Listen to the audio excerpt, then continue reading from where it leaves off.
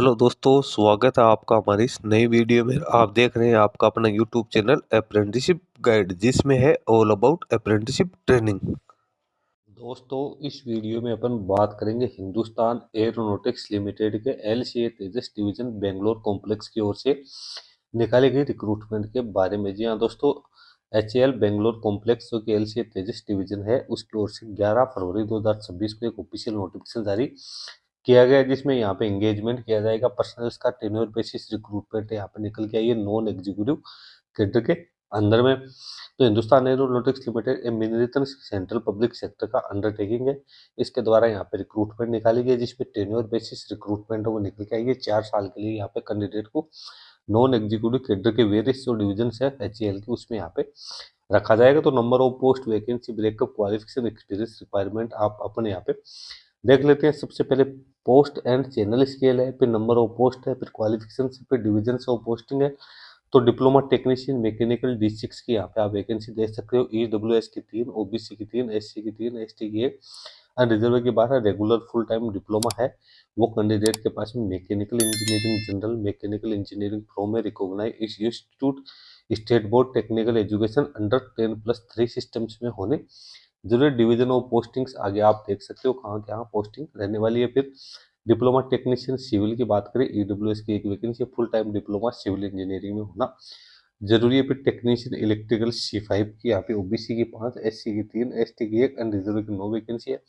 Candidate 10th pass out होने के साथ साथ कैंडिडेट के पास में आईटीआई का सर्टिफिकेट होना जरूरी है इलेक्ट्रीशियन ट्रेड में, प्लस में नेशनल अप्रेंटिसशिप का सर्टिफिकेट होना जरूरी है इलेक्ट्रीशियन ट्रेड में, या 10+3 साल की एनएससी कैंडिडेट के पास में इलेक्ट्रीशियन ट्रेड में होनी जरूरी है। फिर टेक्नीशियन इलेक्ट्रोप्लेटर C5 की ओबीसी की 1 अनरिजर्व की 1, इसमें भी 10th plus ITI plus NSC या 10+3 साल की एनएससी यहाँ पे इलेक्ट्रोप्लेटर ट्रेड में होनी जरूरी है।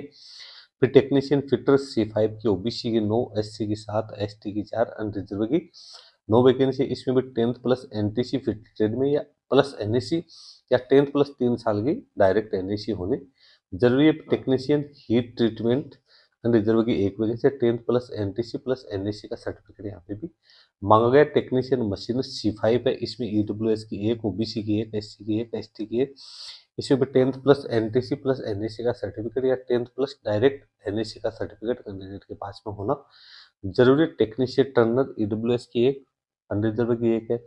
टेक्नीशियन वेल्डर C5 अनरिजर्व की 1 और एससी की 1 वैकेंसी निकाली गई है। इसमें सभी प्रकार के जो आईटीआई पास आउट कैंडिडेट के लिए वैकेंसी निकल गई है। इसमें 10th स्टैंडर्ड पास आउट होने के साथ साथ एनटीसी यानी आईटीआई रिलेवेंट डिसिप्लिन में या ट्रेड में और एनएससी का सर्टिफिकेट यहाँ पे होना जरूरी है। तो ये तो हो गई यहाँ पे वैकेंसीज की बात। कैंडिडेट के पास में सारे एजुकेशन क्वालिफिकेशन को रेगुलर मोड में यहाँ पे होने जरूरी है। मिनिमम क्वालिफाइंग मार्क्स की बात करें तो अनरिजर्व ओबीसी ईडब्ल्यूएस कैंडिडेट के लिए 60% मार्क्स और SC ST physical disable person के लिए 50% मार्क्स है वो कैंडिडेट के पास में होना जरूरी है। अब आप देख सकते हो कौन कौन सी ब्रांच में कौन कौन से है वो यहाँ पे एजुकेशन क्वालिफिकेशन भी आपको दोबारा यहाँ पे डिटेल्स के अंदर दे रखी है, तो आप इसको चेक कर सकते हो। हालांकि पहले ही मैंने बता दिया। एज लिमिट की अपनी बात करें तो अनरिजर्व ईडब्ल्यूएस के लिए 28 वर्ष है। एससी एसटी ओबीसी कैंडिडेट को यहाँ पे गवर्नमेंट के नॉर्म्स के अकॉर्डिंग है वो यहाँ पे छूट है वो भी कैंडिडेट को प्रोवाइड है वो की जाएगी। अब रिलेवेंट पोस्ट क्वालिफिकेशन एक्सपीरियंस की बात करें तो अपर एज लिमिट है कैंडिडेट को, यदि क्वालिफिकेशन एक्सपीरियंस है तो इसमें मैक्सिमम एक्सटेंड है वो 7 साल तक यहाँ पे की जा सकती है। यदि किसी कैंडिडेट के पास एक्सपीरियंस है तो उन कैंडिडेट्स के लिए बात है वो निकल के आइए। फिजिकल डिसेबल पर्सन के लिए भी यहाँ पे सूटेबिलिटी है वो दे रही है। टेन्योर ऑफ एंगेजमेंट की बात करें तो सिलेक्टेड कैंडिडेट को 4 साल के लिए यहाँ पे रखा जाएगा डेट ऑफ एंगेजमेंट के। उसके बाद कैंडिडेट है उसको यहाँ पे है वो हटा दिया जाएगा। ट्रेनिंग और प्लेस ऑफ पोस्टिंग है तो कैंडिडेट की यहाँ पे 8 वीक की ट्रेनिंग होगी। उसके बाद कैंडिडेट को जो भी रिस्पेक्टिव डिवीजन है बेंगलोर की उसमें है वो पोस्टिंग है वो दी जाएगी। पे स्केल की अपन बात करें तो डिप्लोमा टेक्नीशियन को बेसिक पे 23,000 रुपये मिलेंगे। उसके बाद डीयर एनुअल अलाउंस मिलेगा, एचआरए मिलेगा, पर 25% बेसिक पे का लमसम अमाउंट है। मेडिकल एक्सपेंसेस को 1,500 रुपये अदर बेनिफिट है एज पर रूल यहाँ पे रहने वाली है। टेक्नीशियन के लिए स्केल 5C, इसमें 22,000 बेसिक पे प्लस जो भी अदर अलाउंसेज है वो कैंडिडेट को यहाँ पे वो मिलने वाले हैं। तो सैलरी तो यहाँ पे काफ़ी अच्छी खासी है वो कैंडिडेट को यहाँ पे वो मिलने वाले। सिलेक्शन प्रोसेस की बात करें तो सबसे पहले तो कैंडिडेट का सिलेक्शन, तो कैंडिडेट एम्प्लॉयमेंट एक्सचेंज या technical training institute HCL Bangalore है BC, तो उनकी परफॉर्मेंस के आधार पर कैंडिडेट का यहाँ पे सिलेक्ट है वो किया जाएगा। तो सबसे पहले तो यहाँ पे जो स्पॉन्सर्ड कैंडिडेट है एम्प्लॉयमेंट एक्सचेंज या टेक्निकल ट्रेनिंग इंस्टीट्यूट, उन कैंडिडेट को यहाँ पे है रिटन टेस्ट के आधार पे कैंडिडेट की शॉर्ट लिस्टिंग हो यहाँ पे की जाएगी।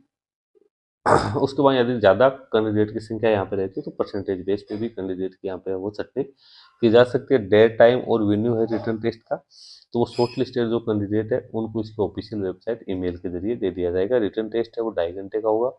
उसमें टोटल 3 पार्ट होंगे जिसमें मल्टीपल चॉइस वाले क्वेश्चन होंगे। पार्ट फर्स्ट में 20 क्वेश्चन जनरल अवेयरनेस के, पार्ट सेकंड में 40 क्वेश्चन इंग्लिश रीजनिंग के, पार्ट थर्ड में 100 क्वेश्चन है वो कंसर्न डिसिप्लिन के आप लोगों के यहाँ पे रहने वाली है। पेपर की लैंग्वेज है वो यहाँ पे इंग्लिश ही वो रहेगी। कैंडिडेट को जब भी कैंडिडेट एग्जाम के लिए जाएगा तो कैंडिडेट के पास में वैलिड आइडेंटिटी प्रूफ है वो यहाँ पे होना जरूरी है। कैंडिडेट का फाइनल सिलेक्शन है वो रिटर्न टेस्ट के आधार पे ही वो यहाँ पे किया जाएगा। उसके बाद कैंडिडेट का डॉक्यूमेंट वेरिफिकेशन है वो यहाँ पे कैंडिडेट्स के लिए किया जाएगा। तो कुल मिला के यहाँ पे उसके बाद कैंडिडेट का मेडिकल एग्जामिनेशन है वो यहाँ पे होने वाला है। अप्लीकेशन फॉर्म किस प्रकार से सबमिट करें, तो दो कैंडिडेट है जो स्पॉन्सर्ड है concern employment exchange technical training institution, तो उन कैंडिडेट को यहाँ पे कम्युनिकेशन से ईमेल के जरिए है वो यहाँ पे HCL रेफरेंस नंबर के थ्रू है वो यहाँ पे दिया जाएगा। और वही कैंडिडेट इसमें अपना एप्लीकेशन फॉर्म है वो यहाँ पे सबमिट कर सकते हैं। तो इस चीज़ का विशेष ध्यान रखें, एप्लीकेशन फॉर्म ऑनलाइन मोड में भरा जाएगा जो कि 25 फरवरी 2026 को 5 बजे तक आप लोग है इसमें वो फिलअप कर सकते हो। ओनली इंडियन नेशनल्स है वो इसमें अपना एप्लीकेशन फॉर्म है वो यहाँ पे सबमिट कर सकते हैं। एज और एक्सपीरियंस के लिए 14 जनवरी 2026 यहाँ पे है वो लास्ट डेट हो रखी गई है। तो इस डेट तक आप लोगों के पास में सारा एलिजिबिलिटी क्राइटेरिया होना जरूरी है। तो आप लोगों को भी यदि एम्प्लॉयमेंट एक्सचेंज में रजिस्ट्रेशन है या फिर ट्रेनिंग जो टेक्निकल ट्रेनिंग इंस्टीट्यूट है उसमें आपका रजिस्ट्रेशन है तो आप लोगों के पास में भी ऐसा मैसेज कोई आता है तो आप भी इस वैकेंसी में अपना एप्लीकेशन फॉर्म है वो यहाँ पे सबमिट कर सकते हो। तो दोस्तों ये वैकेंसी जो निकाली गई उसके बारे में मेरी सारी जानकारी आप लोगों को दे दी है। इस वीडियो में इतना ही। Thank you and bye bye.